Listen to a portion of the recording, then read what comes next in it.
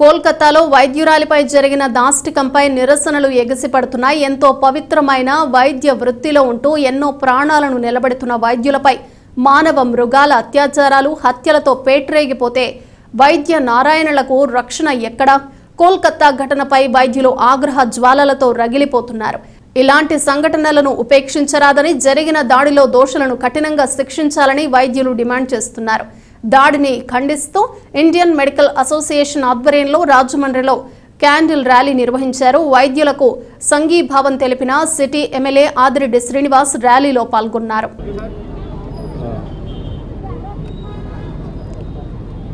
Media వారందరికీ నమస్కారం. దేశమంతా కూడా ఇప్పుడు వెస్ట్ బెంగాల్లోనే ఏదైతే సంఘటన జరిగిందో దేశమంతా కూడా అటువైపు చూస్తూ ఉంది. ఓ పక్క నరేంద్ర మోడీ గారు బేటీ బచావో బేటీ పడావో అంటూ ఉన్నారు. అంటే ఆడపిల్లని రక్షించండి, ఆడపిల్లని చదివించండి అంటూ ఉన్నారు. మరి ఇంకో పక్కన ఇలాంటి సంఘటనలు జరుగుతూ ఉంటే ఏం సందేశం వెళ్తూ ఉందన్నది ప్రజలకు అర్థం కాని పరిస్థితి. అంటే ఎన్డీఏ కూటమిలోని ఒక శాసనసభ్యుడిగా ఉంటూ కూడా వీరందరి తాలూకు ఆవేదన అర్థం చేసుకున్నవాడిగా మాట్లాడుతూ ఉన్నా. అంటే నేను కోరుకునేది ఏంటంటే చట్టాలు కాస్త కఠినంగా ఉండాలి. వైద్య సిబ్బంది మీద దాడులు జరిగినప్పుడు ఈ బెయిలబుల్ సెక్షన్స్ కాకుండా నాన్ బెయిలబుల్ సెక్షన్స్గా మారే విధంగా చట్టాలు సవరణ చేసుకుంటే ఒకటి వైద్య వ్యవస్థ బాగుంటుంది, తద్వారా సమాజం బాగుంటుంది. ఇప్పుడు డాక్టర్స్ అందరూ కూడా ఒక అభద్రతా భావంతో నైట్ షిఫ్ట్స్ ఎందుకు ఇలాంటి సంఘటనలు జరుగుతూ ఉన్నాయని ఆలోచించి రాకపోతే ప్రజల పరిస్థితి ఏంటి, ఏం చేస్తారు? కాబట్టి వీటన్నిటిని కూడా ఆలోచించుకొని ప్రభుత్వం డిలే చేయకుండా త్వరగతిన కారణమైన వాళ్ళపైన కఠినమైన చర్యలు తీసుకోవాలని డిమాండ్ చేస్తూ ఉన్నాం. అలాగే ఈ యొక్క మెడికల్ వ్యవస్థ, వైద్య వ్యవస్థ పైన భవిష్యత్తులో కూడా వాళ్ళకి ధైర్యం నింపే విధంగా చట్టాలను కూడా సవరణ చేయాల్సిన అవసరం ఉంది. ఆ బాధ్యత కూడా ప్రభుత్వాలు తీసుకోవాలని డిమాండ్ చేస్తూ ఉన్నాం. Doctor IMA secretary doctor Vijayabhaskar పిడుగు. ఓకే, మీకు అందరికీ తెలిసిన విషయమే, కోల్కతాలో పీజీ ట్రైనీగా మౌమిత డాక్టర్ గారు, ఓ ఫీమేల్ డాక్టర్ గారిని అమానుష్యంగా మానభంగం చేసి ఆ తర్వాత ఆవిని హత్య చేసి పాశవికంగా మనుషులు కాదు అనే విధంగా ఈ పాశవికమైన దాడికి నిరసిస్తూ మాకు న్యాయం జరిగేంత వరకు పోరాడదామని రోడ్డు మీదకి వచ్చాం. ఈ రకంగానే ఈ క్యాండిల్ మార్చి జరుగుతుంది రామాలయం దగ్గర నుండి పుష్కర్ ఘాట్ వరకు. ఇది ఒక ఎత్తు అయితే రేపటి నుండి నిరసనలు ఇంకా వెల్లువెత్తుతాయి. ఖచ్చితంగా నల్ల బ్యాడ్జీలు పెట్టి మా మౌన పోరాటాన్ని ప్రభుత్వాలకి చేరేలాగా పోరాటం చేస్తూనే ఉంటాం. ఈసారి గట్టిగా నిలబడతాం. కేంద్రం నుండి పటిష్టమైన చట్టాలు సవరించి ఆ చట్టాలని అమలు పరిచేలాగా ఏ ఒక్కరూ డాక్టర్ల మీద దాడులకు తెగబడకుండా, ఏ ఆసుపత్రిని నాశనం చేయకుండా ఉండడానికి పటిష్టమైన చట్టాలు తీసుకొచ్చేంత వరకు మేము నిలబడతాం. అంతేకాకుండా మృతురాలి ఎవరైతే చనిపోయిందో ఆ పాపకి సమగ్రమైన విచారణ జరిగి ప్రతి ఒక్క దోషిని శిక్షించేలాగా, శిక్ష పడేలాగా ఈ ప్రభుత్వాలు చేయాలని మేము డిమాండ్ చేస్తున్నాం. ఇందులో భాగంగానే దేశమంతటా రేపు హాస్పిటల్స్ అన్నీ, అత్యవసర సేవలు మినహాయించి మిగతా హాస్పిటల్స్ అన్నీ సేవలు మేము బంద్ చేస్తున్నాం. దీనిని సహకరించాలని ప్రజలందరినీ వేడుకుంటున్నాం. మీ మీడియా పరంగా మిమ్మల్ని కూడా అర్థిస్తూ ఉన్నాం. ఖచ్చితంగా మాకు సాయం చేయండి. ఇలాంటి పాశవికమైన, ఆటవికమైన దాడుల్ని ఖండించాలని మనస్ఫూర్తిగా కోరుకుంటూ మాకు సాయం చేయాలని విన్నవిస్తూ ఉన్నాం. ప్రతి మెడికల్ కాలేజీలోనూ, గవర్నమెంట్ అయినా ప్రైవేట్ మెడికల్ కాలేజీలో అయినా జూనియర్ డాక్టర్స్ రోల్ చాలా ఇంపార్టెంట్. వారు లేకపోతే ఆసుపత్రి రన్ చేయడం చాలా డిఫికల్ట్. ఎందుకంటే ఈ పీజీస్, హౌస్ సర్జన్స్ వల్లే మెజారిటీ సేవలు సక్రమంగా అందుతాయి. అలాంటి వారికి రక్షణ లేకుండా ఉండడం అంటే చాలా దారుణమైన విషయం.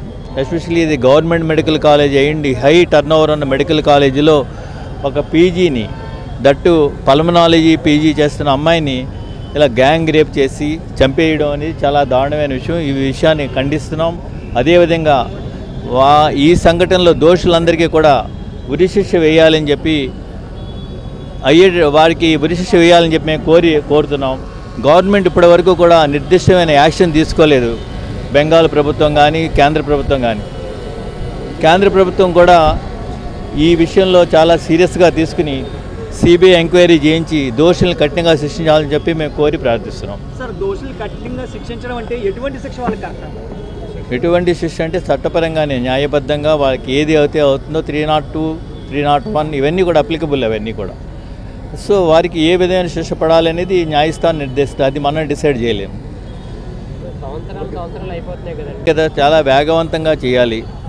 న్యాయం చాలా లేట్ అయ్యే కొలది అన్యాయం జరుగుతుంది తప్ప న్యాయం జరగదు. ఇప్పుడున్న ప్రధాన న్యాయమూర్తి గారు చాలా చక్కగా ఉన్నారు. చాలా చురుకైన పాత్ర పోషిస్తున్నారు. అన్ని కేసులు కూడా సత్వరం విచారిస్తున్నారు. సో డెఫినెట్గా ఈ కేసులో న్యాయం జరుగుద్దని చెప్పి నేను భావిస్తున్నాను. ఇప్పుడు ఉన్న చట్టాలు అమలు చేస్తే సరిపోతుందండి సార్. జరిగినటువంటి అన్యాయం గురించి మొత్తం దేశం అంతా కూడా ఉద్యమం జరుగుతోంది, అందరికీ తెలిసిన విషయమే. కాకపోతే తెర వెనుక జరిగినటువంటి చాలా విషయాలు కొంతమందికి తెలియనివి. ఏమిటంటే ఇది కేవలం ఒక మానభంగం కిందే కాకుండా ఒక విజిల్ బ్లోయర్ని, అంటే అక్కడ జరుగుతున్నటువంటి అరాచకాల్ని అరికట్టడానికి ఏమేమి అన్యాయాలు జరుగుతున్నాయో ప్రిన్సిపాల్ దగ్గర నుంచి మిగిలిన వాళ్ళు ఎలాంటి డ్రగ్ మాఫియా ఇలాంటివి ఎన్ని జరుగుతున్నాయో ఈ అమ్మాయి ముందు నుంచి కూడా బయటికి తీసుకురావడానికి ట్రై చేస్తుంటుంటే ఈ అమ్మాయిని విక్టిమైజ్ చేయడం, ఆమె కారు డ్యామేజ్ చేయడం, ఇలాంటివి ఎన్నో జరగడం, చివరికి ఇదంతా కూడా ఏదో స్పాట్లో జరిగినటువంటి లైంగిక చర్య కాదు, ఇదంతా ప్లాన్డ్గా ఒక హింస ప్రకారంగా చేసినటువంటి ఇలాంటిది. ఇప్పుడు ఇలాంటి విషయాల్లో మీరు అనొచ్చు చట్టాలు ఉన్నాయి కదా అని. నిజమే, చట్టాలు ఉన్నాయి. చివరికి మరణశిక్షకు విధించేటటువంటి చట్టాలు కూడా ఉన్నాయి.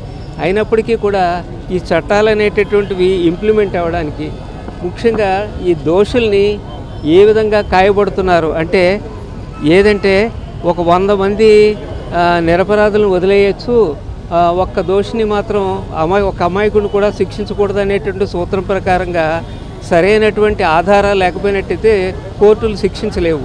ఈ ఆధారాలన్నీ కూడా ఒక వారం రోజుల్లోనే మొత్తం అంతా కూడా నాశనం చేసేయడం జరిగింది.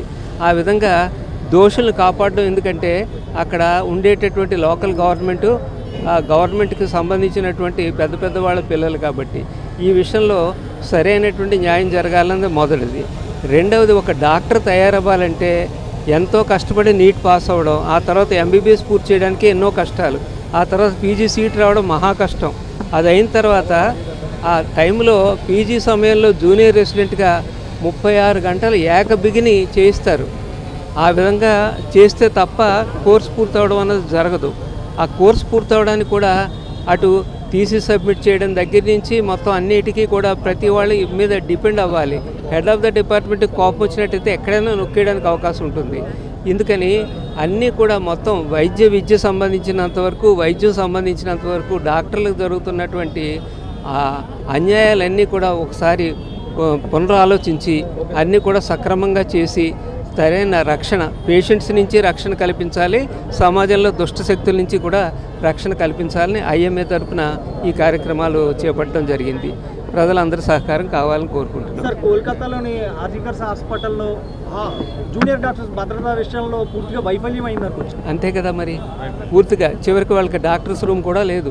సెమినార్ రూమ్లోకి వెళ్ళి పడుకోవాల్సినటువంటి అవసరం. సెమినార్ రూమ్ అంటే ఓ పెద్ద హాల్ అన్నమాట.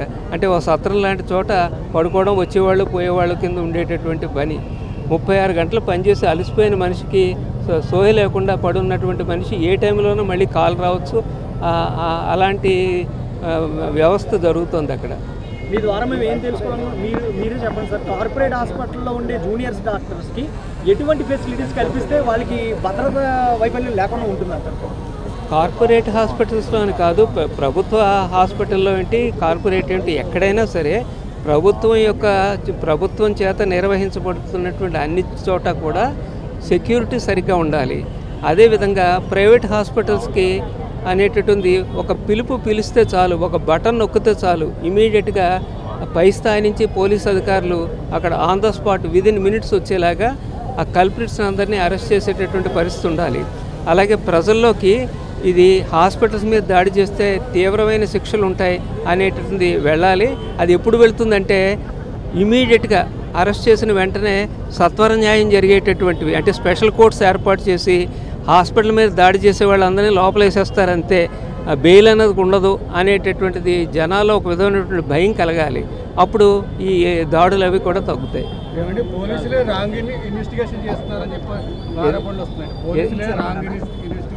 అనేటువంటి ఆరోపణ వస్తుంది. ఎందుకంటే వాళ్ళందరూ కొమ్ము కాస్తున్నారు అనేటటువంటి విషయంలో ఆ ఒక్కడో కూడా ఒక బలిపశువు లాంటి వాడు. ఎందుకంటే ఆ బలిపశువును కూడా